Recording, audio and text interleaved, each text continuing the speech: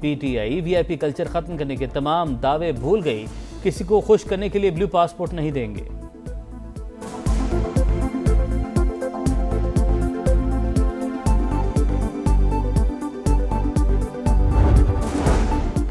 وزیر اعلیٰ خیبر پختونخوا کی مراعات بل پر نظر ثانی کی ہدایت، جن نکات پر اعتراض ہے ان کا دوبارہ جائزہ لیا جائے۔ سہیل آفریدی کا کابینہ اجلاس سے خطاب، ضم اضلاع اور مالاکنڈ ڈویژن سے ٹیکس استثناء ختم کرنے کے مجوزہ فیصلے پر نظر ثانی کے لیے وزیر اعظم کو خط بھی لکھ دیا، کہا انضمام کے وقت کیے گئے وعدے پورے نہیں ہوئے، خیبر پختونخوا اضافی بوجھ تنہا اٹھا رہا ہے۔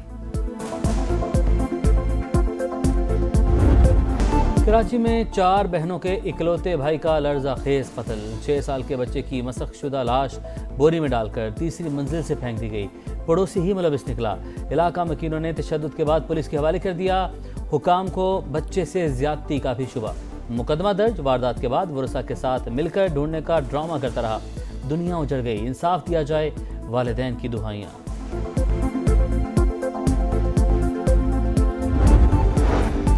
کراچی کی گارڈن گھاس منڈی میں 6 سال کا بچہ کنویں میں گر کر جاں بحق، لاش نکال لی گئی، عینی شاہدین کے مطابق 2 بچے کنویں میں گرے تھے، ایک کو فوری نکال لیا گیا، ریسکیو کی آمد میں تاخیر کے باعث دوسرا دم توڑ گیا۔